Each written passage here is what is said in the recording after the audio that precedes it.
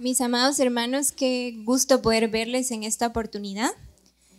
Estoy contenta de que ya retomamos los cultos presenciales los días jueves y qué bueno poder verles aquí en la casa del Señor.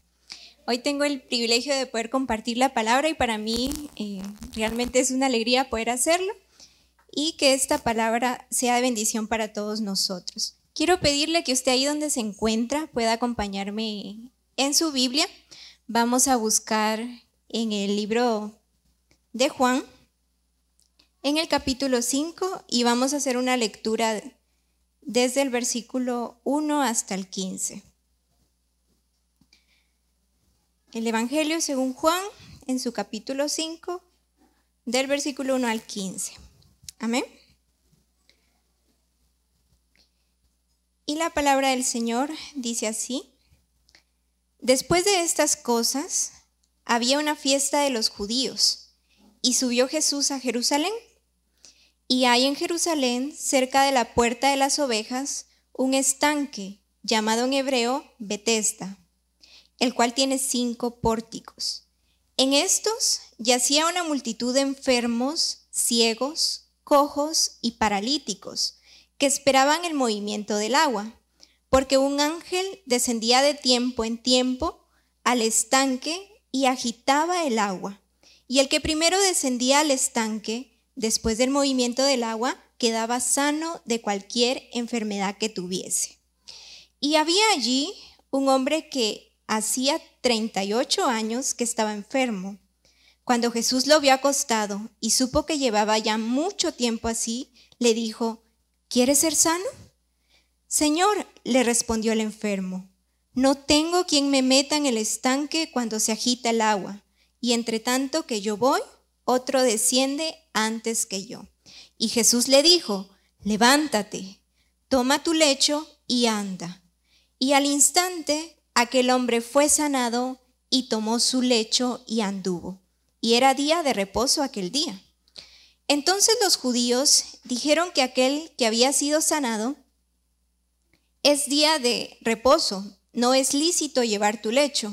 Él le respondió: el que me sanó, él mismo me dijo: toma tu lecho y anda.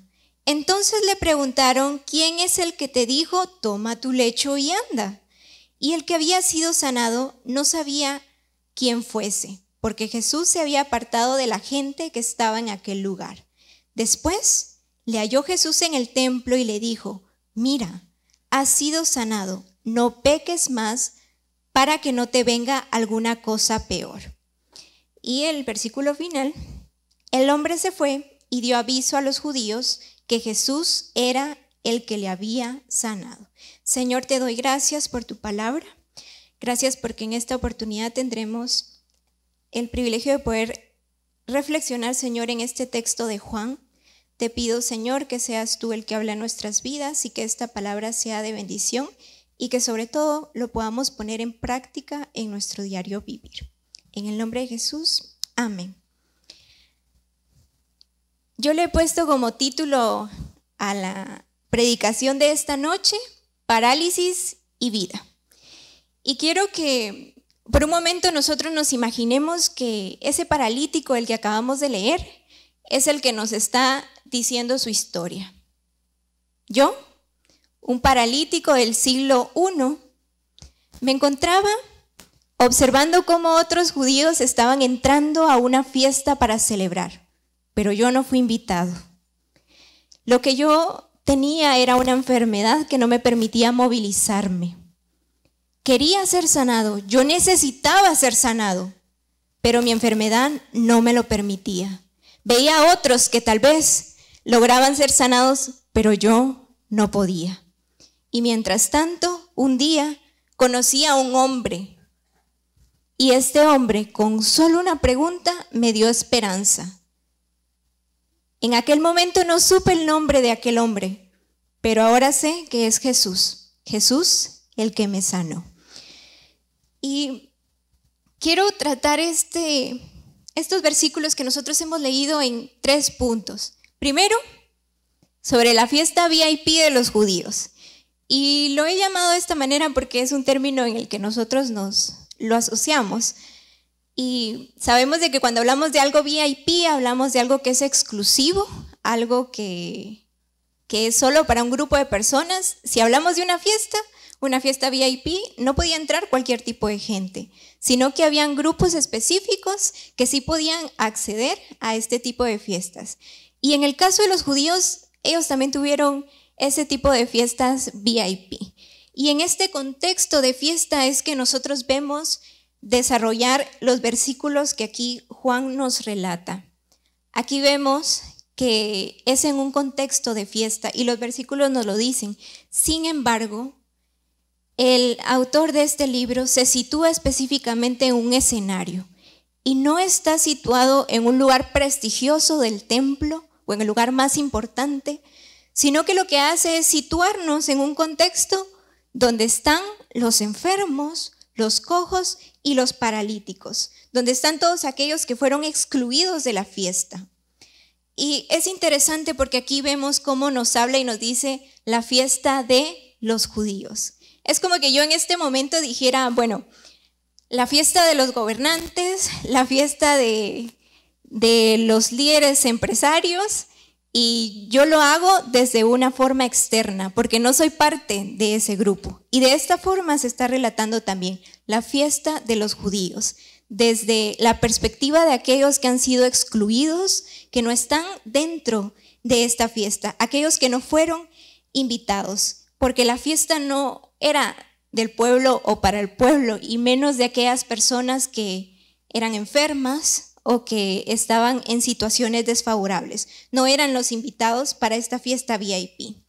Pero Jesús no eligió estar en este lugar prestigioso donde estaban todas las autoridades, sino que Él se dirigió a donde estaban las personas excluidas. Y estando ahí fue que entonces Él sanó al paralítico. Y luego de sanarlo, la palabra nos dice que Jesús le dice a este hombre, no peques más, para que no te suceda algo peor. Y quisiera que no tomemos esta parte del versículo como una amenaza de Jesús, sino que lo veamos como una advertencia. Sabemos muy bien de que cuando realizamos actos que son buenos, tendremos consecuencias buenas. Y que cuando realizamos actos que son incorrectos, vamos a tener consecuencias no buenas. Porque así es el curso de la vida. Y lo que nosotros hagamos también nos pasará factura. Y Jesús de esta manera le dice, no peques más para que no te suceda algo peor. Pero también le da a entender que Él es responsable de su condición.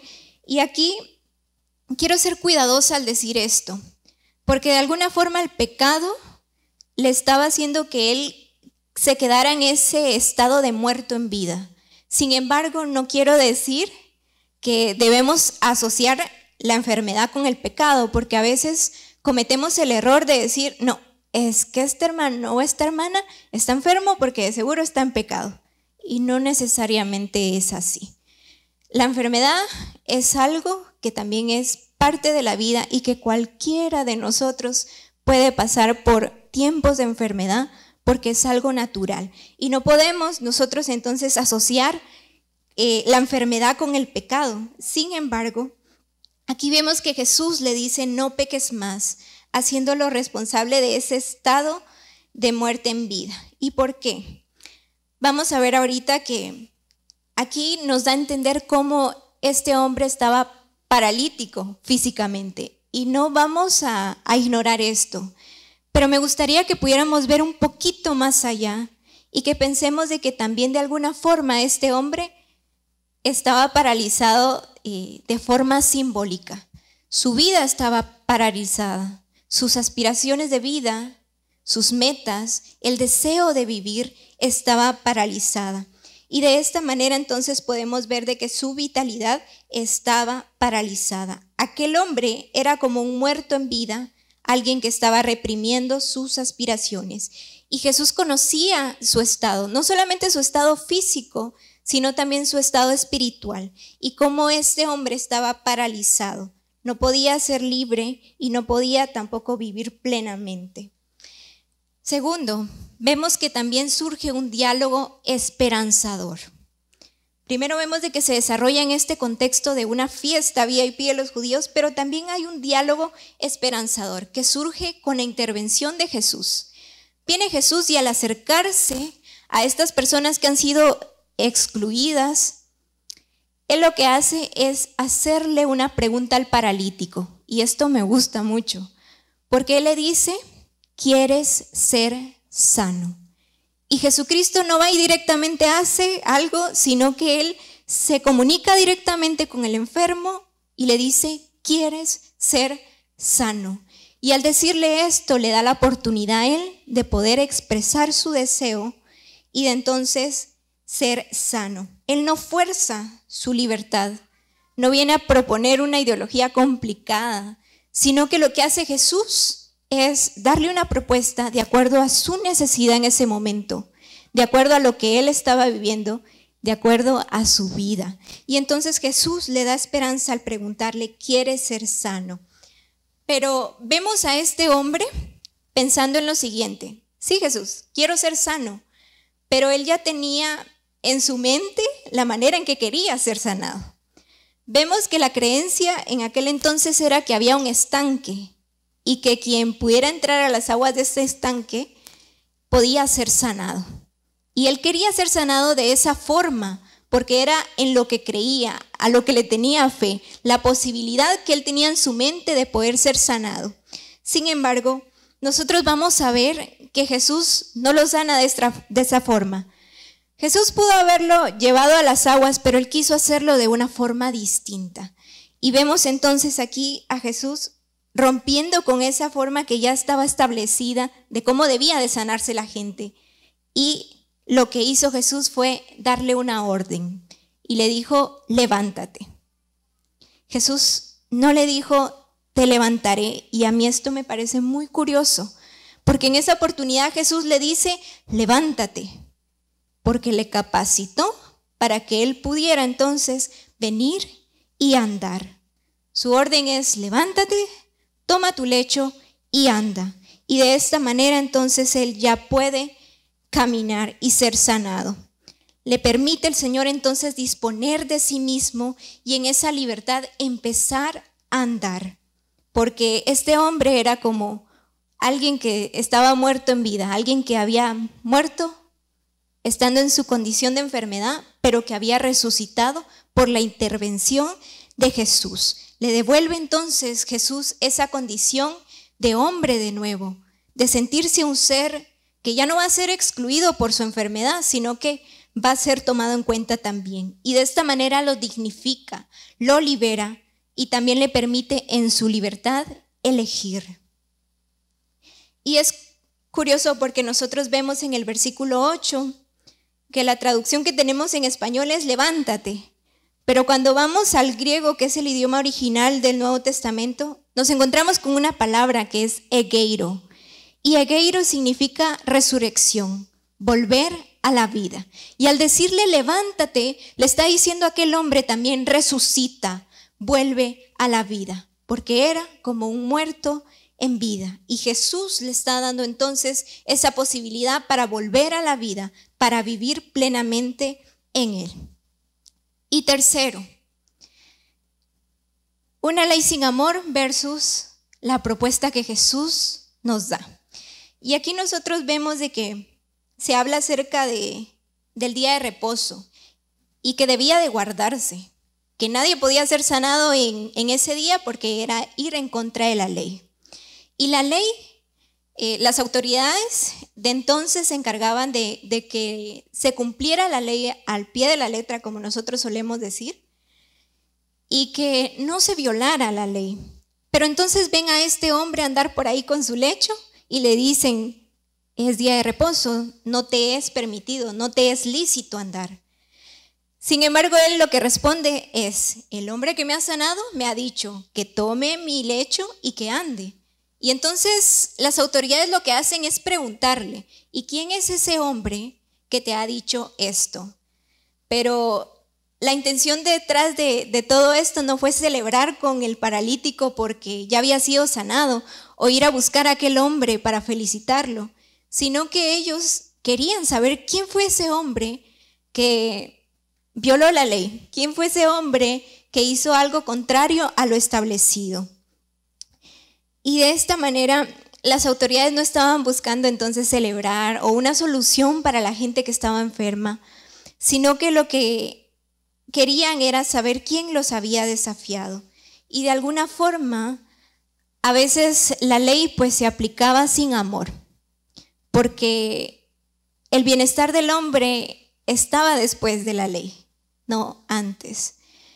Y de esta forma vemos entonces cómo ellos, en lugar de celebrar el acto del milagro de que este hombre había podido volver a andar, lo que hacían era cuestionar el por qué él estaba andando en día de reposo. En el templo, en aquel entonces, lo que hacían era celebrar, hacer fiestas especiales. Claro, su intención era reunirse y compartir una fe. Sin embargo, no estaban preocupándose por la situación real del pueblo. Estaban de alguna forma, pues, ignorando esta situación real que el pueblo estaba pasando. Un pueblo que estaba siendo marginado, que estaba siendo excluido.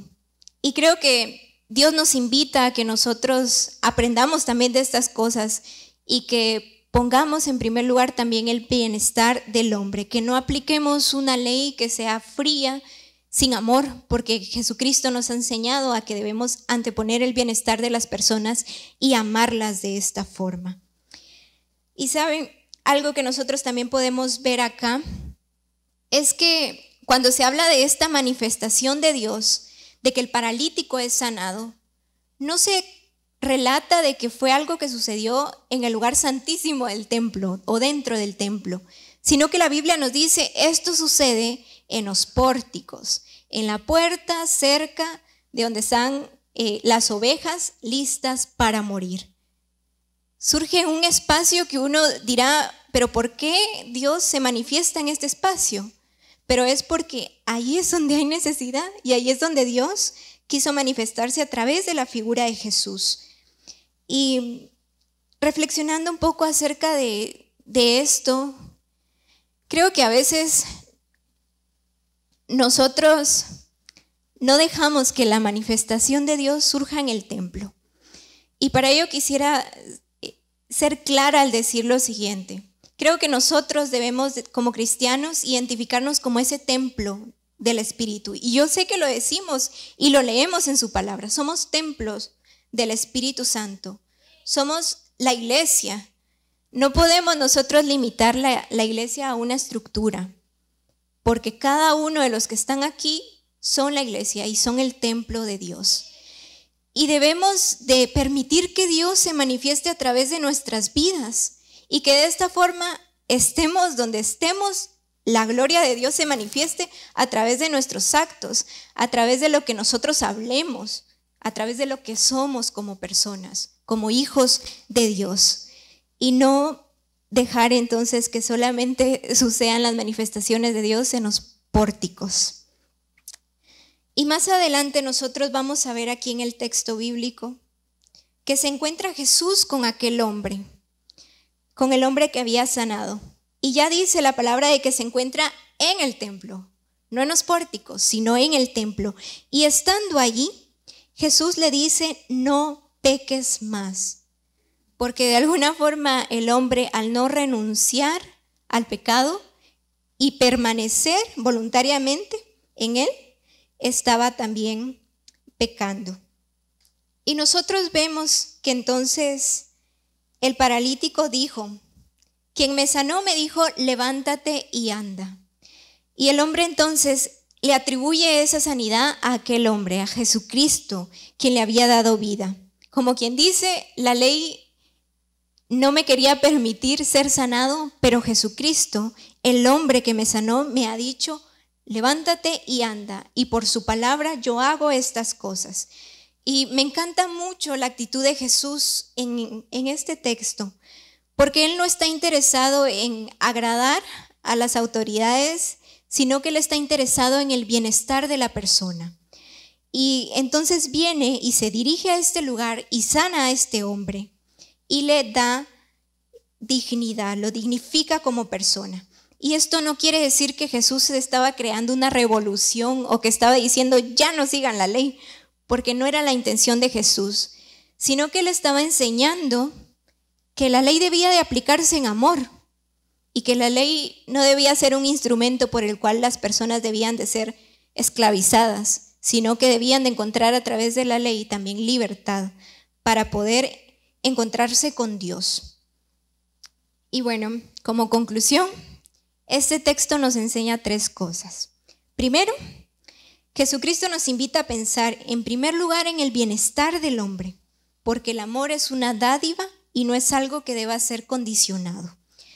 Y también que la ley no debe de cumplirse de manera fría, sino que debe cumplirse en amor.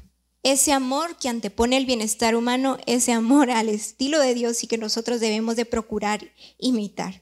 Segundo, el templo era el lugar donde surgían las manifestaciones de Dios, pero en esta historia no fue en un lugar prestigioso que sucedió, sino que fue en los pórticos de aquel lugar, porque ahí quiso manifestarse Dios.